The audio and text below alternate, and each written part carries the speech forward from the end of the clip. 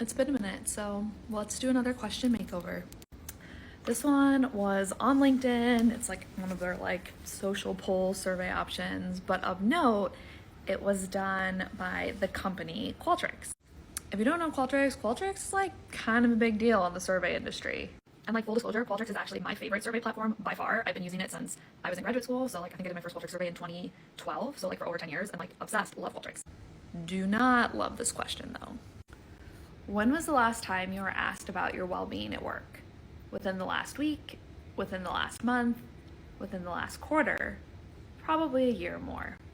First things first, great survey questions that get you good data are specific. When was the last time you were asked about your well-being at work is not specific.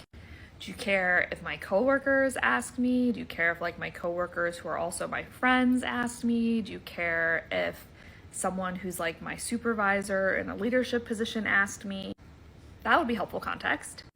But also, what does it mean to get asked about your well-being? Like if I came in and someone was like, hey Kirsten, like how are you doing today? Should I count that? Or do you only want me thinking about it if there was like a formal survey to ask me about my well-being or a sit down with someone where they asked me about my well-being? We don't know because you didn't tell me. You didn't give me enough directions to properly like contextualize what I should be thinking of in answering this question.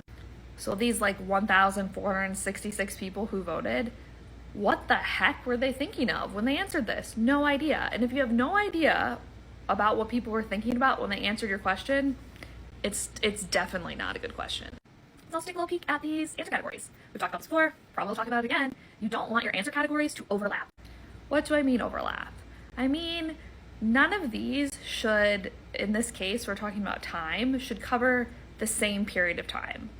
For instance, if I were to click within the last week is also within the last month, which is also within the last quarter. I could see someone being like, well, it doesn't matter because people will just pick like the closest one. If it was last week, you would click in the last week, not within the last quarter, even though technically both of those things are true. I don't even want to leave room for that. Just like don't have overlapping answer categories. Then you also are jumping from the last quarter. And so like if you divide the year into quarters, that would be the last 3 months, to a year or more. Like what about, where do all the people who are in between there, like where do they go? What answer do they choose? Also, what if this has like never happened? Where is the never answer, right? Like you always want your answer categories to cover the full span of options. So like from 0 to infinity, and then also not overlap.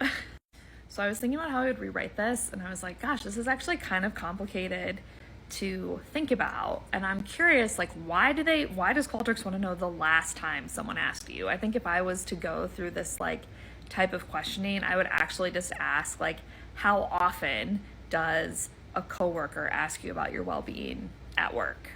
And then you can have answers like never, every day, like about once a week, a few times a month, right? Like you could build out categories based on the frequency, how often you get asked about your well-being at work.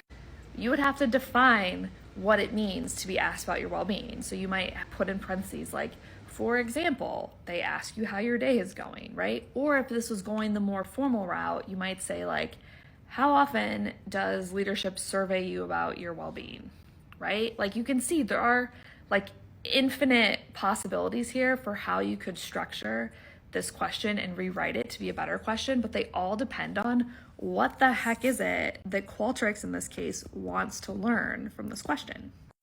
In summary, I think this is a bad question. I don't think it's getting Qualtrics good data, and it's really disappointing to see such a large player in the survey industry put out an example of a bad question. Like if you're gonna put questions, even just on your social media, Qualtrics, it should be a good question that someone else could take and use because you are technically like a survey expert platform. So like, what are we doing?